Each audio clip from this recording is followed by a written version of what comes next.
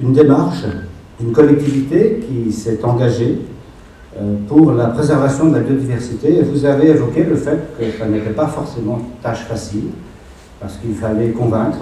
Vous avez évoqué les collaborateurs, je pense que ça n'a pas été le plus difficile à convaincre, mais il faut aussi quelquefois convaincre nos collègues élus, et puis convaincre les usagers de la route et nos concitoyens.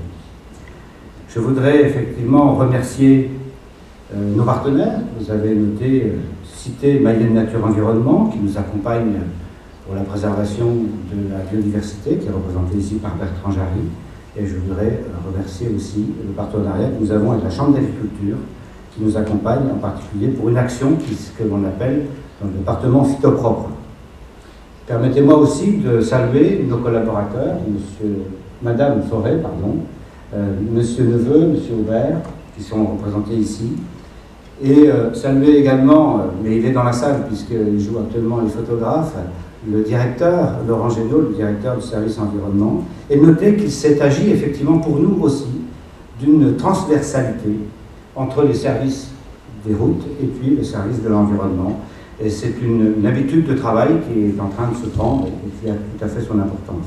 Puis j'ai aussi une pensée, si vous permettez, pour les orchidées qui sont très nombreuses sur le bord de nos routes, pour l'osmonde royal, qui est peut-être un peu plus rare, mais qu'il faut justement préserver, et puis pour les libellules et les papillons qui virevoltent dans la campagne mayonnaise. Cette extinction est pour nous un encouragement à poursuivre nos efforts, puisque nous avons bien conscience que nous avons fait un pas. Vous avez noté que nous étions pionniers. Alors, merci pour ce qualificatif, il nous va droit au cœur. Mais ce n'est pas parce que nous sommes pionniers qu'il ne faut pas continuer d'avancer. Et notre objectif, c'est maintenant de rechercher la valorisation des produits de la fauche.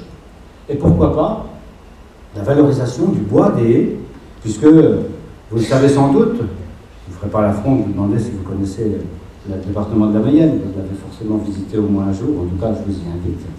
Eh bien, ce territoire est un territoire de bocage, c'est un territoire de bocage, c'est un territoire donc d'énergie. Concernant le mot énergie, je vous laisse choisir vous-même le sens qu'il peut prendre. Je vous remercie.